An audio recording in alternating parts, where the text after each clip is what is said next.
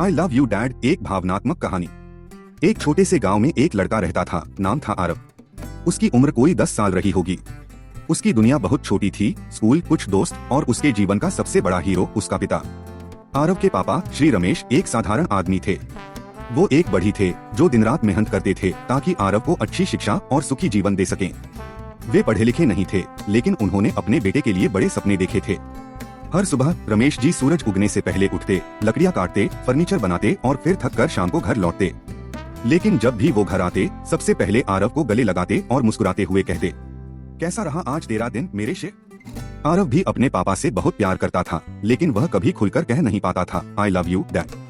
वक्त बीतता गया, आरव बड़ा होता गया। अब वह किशोर हो गया था, पढ़ाई में तेज और सपनों से भरा हुआ। वह शहर जाकर कॉलेज पढ़ना चाहता था। रमेश जी ने अपनी सारी जमापूंजी बेटे की पढ़ाई में लगा दी। पुराने कपड़े पहनकर, कम खाकर भी उन्होंने कभी शिकायत नहीं की। कभी कभी आरव को अपने दोस्तों के पापा की बड़ी बड़ी गाड़ियाँ और शान और शौकत देखकर अपने पापा से शर्म आने लगती।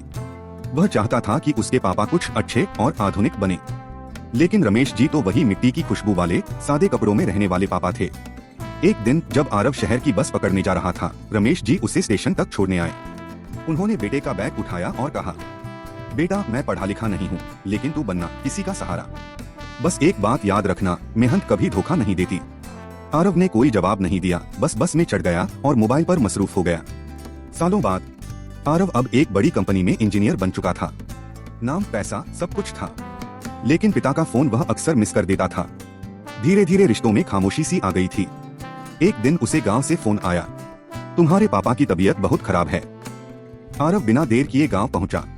हॉस्पिटल के बिस्तर पर लेटे पापा बहुत कमजोर दिख रहे थे, लेकिन चेहरे पर वही प्यार भरी मुस्कान थी।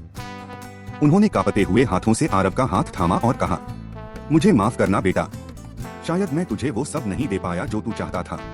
आरव की आंखों से आंसू बहने लगे। वो फूट फूट कर रो पड़ा, नहीं पापा, आपने मुझे सब कुछ दिया, आपने मुझे बनाया, आप मेरी पहचान हैं। आई लव यू डैड, बहुत प्यार करता हूँ आपसे। ये पहला मौका था जब आरव ने अपने दिल की बात सीधे अपने पापा से कही। रमेश जी की आंखों में चमक थी, मानो उनकी सारी मेहनत, सारे त्याग उसी एक वाक्य में सफल हो गए हों।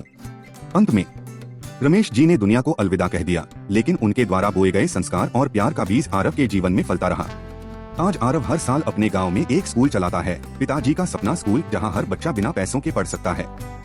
सीख, पिता हमेशा चुपचाप हमारे लिए सब कुछ करते हैं। वह अपनी भावनाएं शब्दों में नहीं कहते, लेकिन उनका हर त्याग, हर पसीना सिर्फ हमारे लिए होता है।